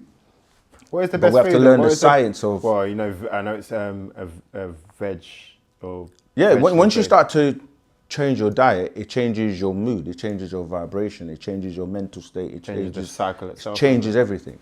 Yeah, even the, trying to use the right word politically, even the flow is different. Oh, okay. The flow is different based on your diet. Would the pain be different? Yeah, because you have to then learn how to replace what is causing that, because you can be deficient in iron or deficient in certain things, which is what makes it, painful. The deficiency makes it painful. The deficiency in certain minerals and certain things that you're meant to have, and it's a combination of things, not just one thing. It's a lot of different things, and then you can change that because and each person's different. So each person has to. Each person has their own zero time reference. But again, you're gonna have to go to the doctors for that, don't you?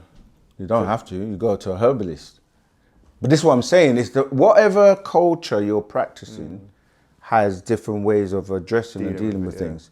And obviously, in the Western culture and the Western world, for them, it's prescribed pills and give you medicines. And we're not saying that we're giving medical advice, as I keep saying. This is educational, and so you have to learn. You have to learn your own body. Yeah, you have to study your body to learn what works for you and what doesn't work for you, because everyone is different to a certain degree, but there are also commonalities that we share. Have you finished all your questions? I wanted to talk about, obviously you talking about the days of the week. So it's every day before it was named Monday, Tuesday, Wednesday, Thursday, Friday, Saturday, Sunday. It's every day really Sunday. Yeah, because that's the very good question. First? Because why is Sunday called Sunday? Because of the sun, yeah. Right, so if it's because of the sun is always up. The sun never... So what is it when there's no sun? Night. There's no such thing as night. Shadow. This is what I'm saying. This is where deciphering and breaking things down makes you use your brain and think. Because when you say night, people think they say the sun goes down, but the sun doesn't. The sun doesn't go down. We move. Right. Then, so the sun is always up. The sun is always out. The sun is always shining. So if the day is based on the fact that the sun is there, then every day is a Sunday. So what? Yeah. So what? Monday is a moon day. Yeah. You see, and then when you start going through the days, you start to see that these were named after a lot of 7, 14. Yeah, like 21, Romans and Greeks and. The moon cycle is based on 28 days, isn't it? That's what they say. Oh, that's what they're saying. Yeah, but remember again, this is what I'm saying. It all fluctuates because this is where they give you they add different days and play around with. The leap years and all that. It's like just to try and get time to fit, but it's off. It's thrown off. So we have in our calendar 19 days per month. Not 9. Not. That's what I'm saying. Each month is 19. 19 days. 19 times what though? What do you mean? I'm saying here you have 30, 31, 28. Yeah, it's all changing that's different days. Based on 12 months. So if you have 19... Yeah, but that's what I'm saying. You say it's based on 12 months, but people have proven, showed you that there's a month missing. You know what I mean? So it's like... So 13, yeah? That's why 9 is... 9. The months are off. It's 8. Octagon. You see? Yeah, so that's what I was saying. Yeah, so I'm saying it's off. So really, the 8th month is October, is Oct. Yeah, but they told you that's the 10th month. But I'm out here saying, I'm summer baby and all of that, October, August. So there's a lot of throwing you off, connection with the heavenly bodies. That's messy because I'm born. Yeah, it's all messy because it throws you off. I'm born on the 24th, so I'm not even born on the 8th month, then am I? That's what I'm saying. When you really start, I'm born in the 9th month. Yeah, but you're still caught up in their months anyway, if you say that. No, but if I want to throw that off real quick, I'm in the 9th month. Yeah. But I'm saying... Hold on. You can't just apply... Yeah, I'm not just going to do it, but if I want to just do a quick flip. Yeah. 5th day, 9th month, something like that. Yeah. But look at that again, look. I like this. 41. Yeah. Mad. Synchronicity. But Wu-Sabat is here to decipher, break down things So it's clear, crystal clear. So you're thinking right, you adjust accordingly, and then you're now back in tune. And when we say in tune, you can hear music, tones, vibrations. You're in tune with your ancestors. You're in tune with nature. You're in tune with your own body, because your own body's off if you're not in tune with it. Yeah, definitely. You start to put the right food into it. It knows what's good for it. So then you just get aligned with your body, with the planet, with the cosmos. This is why we have the tones, FAC, which are, part of the musical alphabet. Because the musical alphabet, do, re, mi, fa, sol, la, ti, do, those notes are frequencies that align with how the original, when the universe was formed, with the original tone. Yeah, so it's everything adds up. So when we're saying FAC, those tones resonate with us. Other people resonate with different tones. This is why people like different types of music. Someone might like rock, heavy metal, but you might not like that because it doesn't vibrate with you. And then, it's the same with other races. They vibrate on different tones and frequencies. But everything always goes back to the root, as you were saying. So when you were asking about the language, the original root would have been that language that was brought here from the stars or from beings that came to this planet first. They seeded it, and then language evolved from the tones and the vibrations, and then other beings came and added their own, and then before you know it, a lot of confusion and mixing and matching, to the point where now most people are confused in terms of who they really are, what they should be doing, what they should be eating, and then Most you have people trying to be other people. Man. I feel like a lot of people just need more support.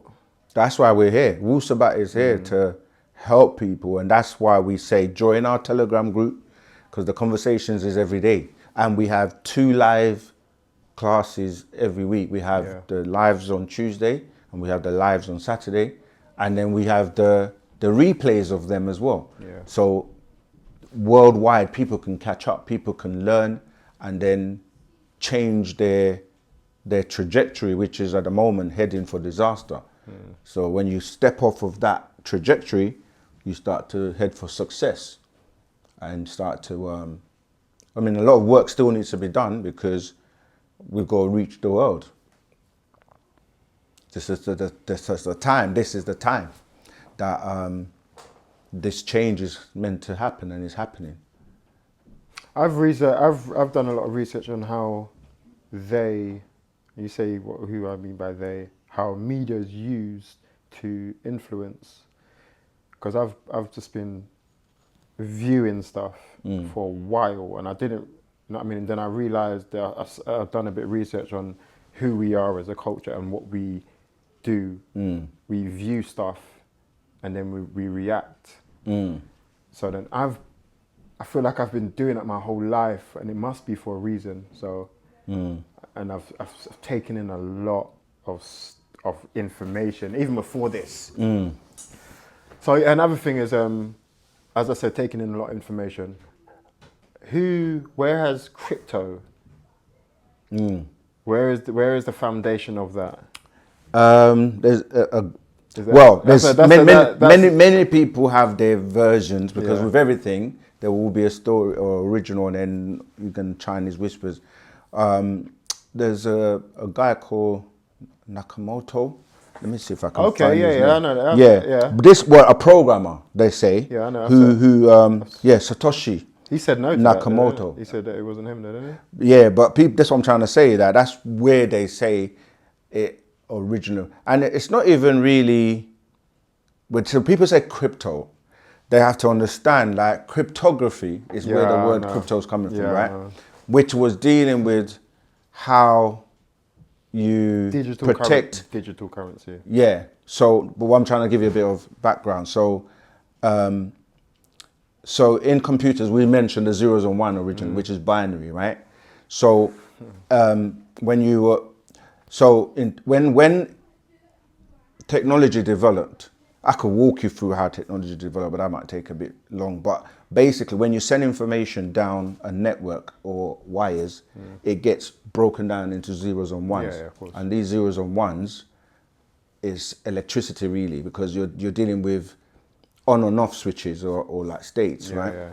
Yeah. Which is how machine language or what computers use to communicate. Right. The instructions are written in machine code, because when you think about when you make a decision, people make it complicated, but it's really, am I going to do it or I'm not going to do it?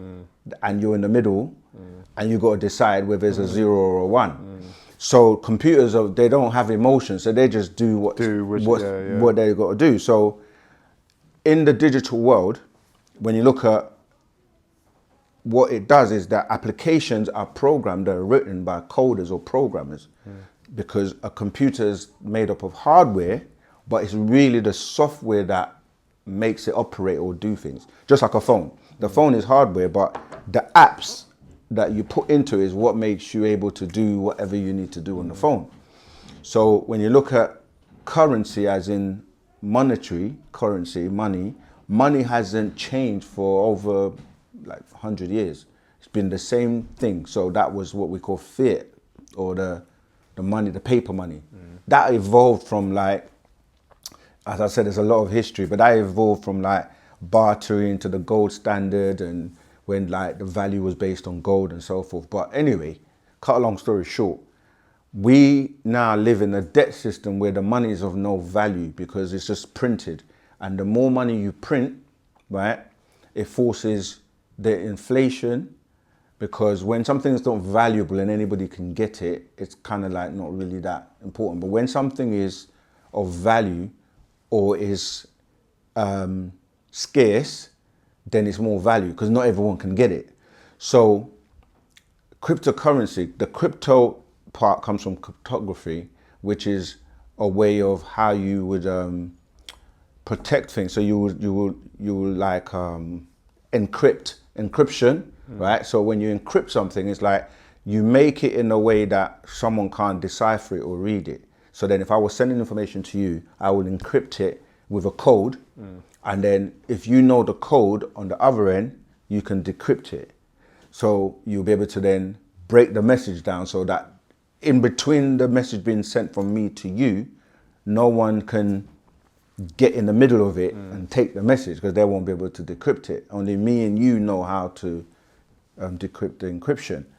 So the problem with digital money was that until Satoshi came up with this method of cryptography, which is really when you make something secure with the encryption, there were like different amount of bits.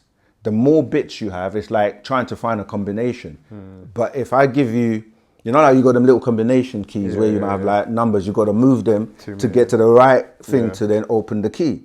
Now, if you only had 3 to try and guess, like you can kind of figure it out quite quickly, because you could go 1, 2, 3, that doesn't work. Then you might go 2, 1, 3, that doesn't work. Then you might go 3, 2, 1. But if I gave you 1,000 of those numbers, you'd be there forever trying to figure out the different sequence that will open the lock. Yeah, just to give you a little breakdown in terms of encryption. So what happened is he figured out how, because when you look at money, for money to be money, it has to have certain properties. Like it has to be divisible, it has to be durable, it has to have some type of intrinsic value.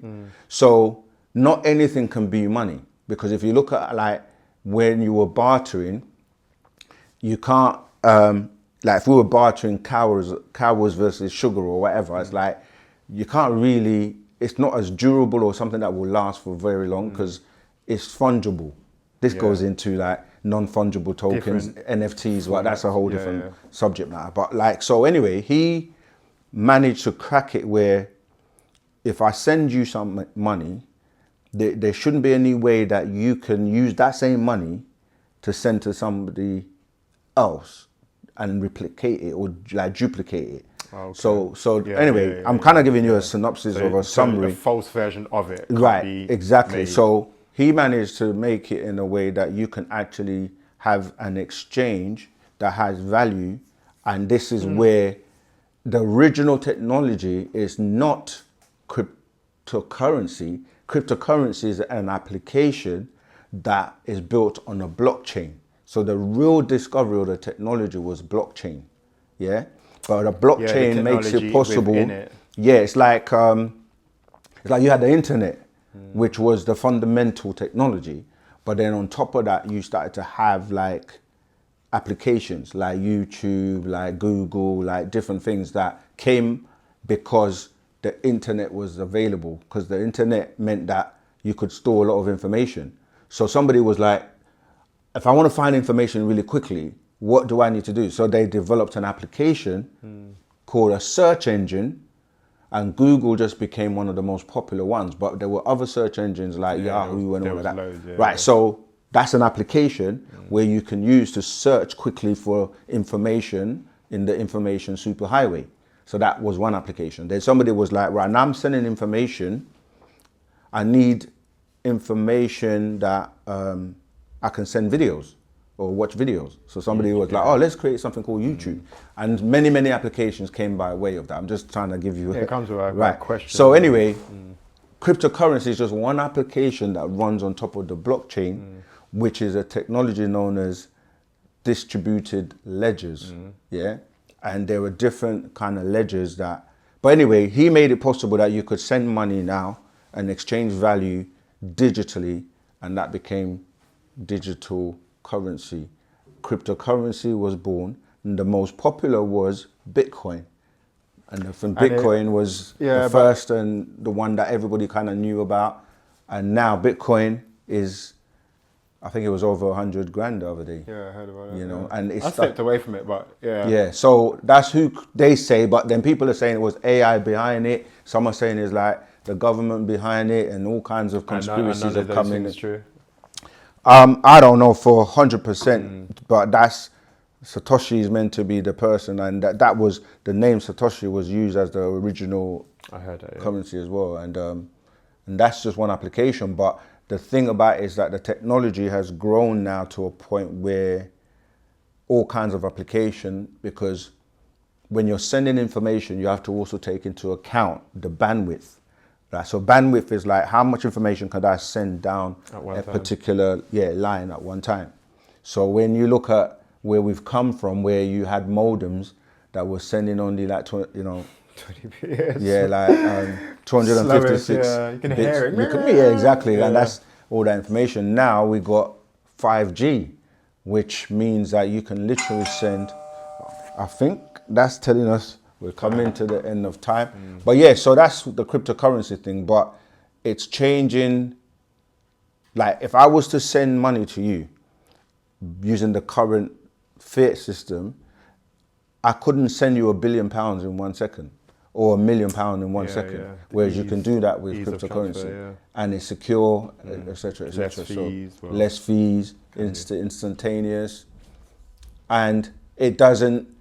Going back to what we were saying about the people that are controlling everything, when you're stuck where you rely on someone to basically allow you to send money or watch your account and all kinds of things. But there's a whole different thing coming as well, you know, the CBDCs, which are the banks now are also moving into crypto. So all of these things digital are currencies. safe to use, yeah? They know, isn't that? Because there's many... Everything is safe and harmful to use at the same time. Depending on who you are, what you're doing, how you use it, etc., what you know about it. But usually knowledge, the people with the best information are always going to be the most progressive people, because they're basing it on actual facts and knowledge and not just belief and hearsay and I think this and I think that. It's, do you actually take the time to research and study? This is one of my fields, technology. So, I mean, I kind of jumped around, but yeah, this is something that, like I said in Wu-Sabat, we have scientists, we have professionals, we have all types of people from all walks of life. And that's why Wu-Sabat is the future. The question is, do you see yourself in it?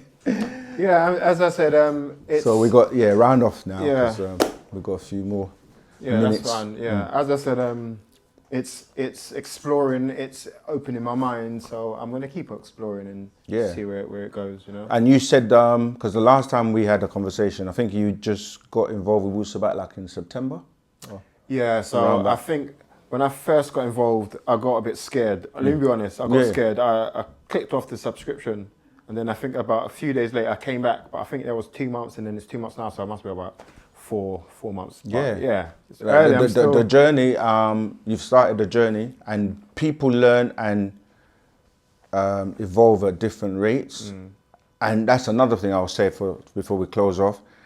It's really down to you what you make of it. Do you know what I mean? Like it's what you put in, you get out, meaning that it's up to you. Like some people can get involved, progress, and other people just take their time, and some just remain skeptical. But there is an urgency because the things that are happening in the world are happening quick and rapidly. So you don't want to be still like on iPhone, well, not even that, like Windows 3.11 or something, Windows 95, and we're in the year where, they don't even tell you what year the Windows version is anymore, because it's just moved to like, what's the latest Windows right now?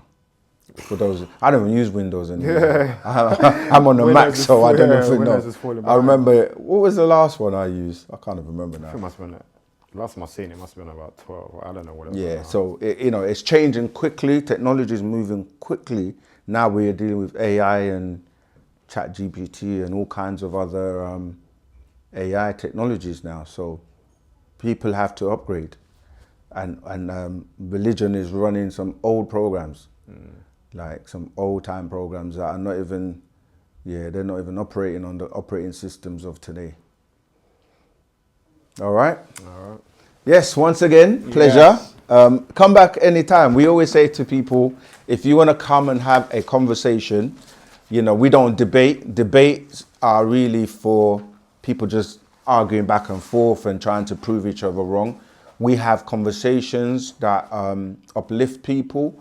So if you do want to come, or if you can't make it here physically, you can send in 3 questions, filming yourself, asking your 3 questions to osmvision.wetransfer.com. Just upload your 3 questions, filming yourself, and we'll answer those for you.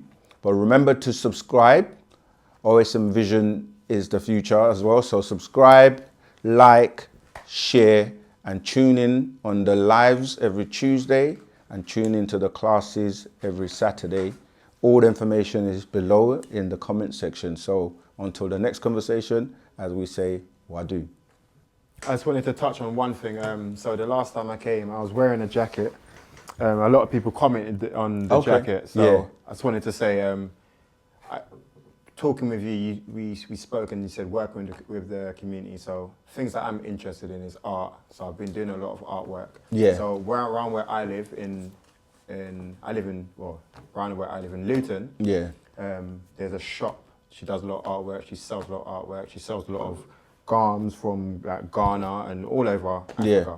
So I said I would try to help her shop and help her promote her shop. Supporting her. So that's what that jacket. Yeah, it's fly. Yeah. Yeah, I got a similar one as well that I got from Nishat as well. Not as tough as this one. Yeah, people will see. I think I wore it on the Tahuti video, and everyone was just commenting on it.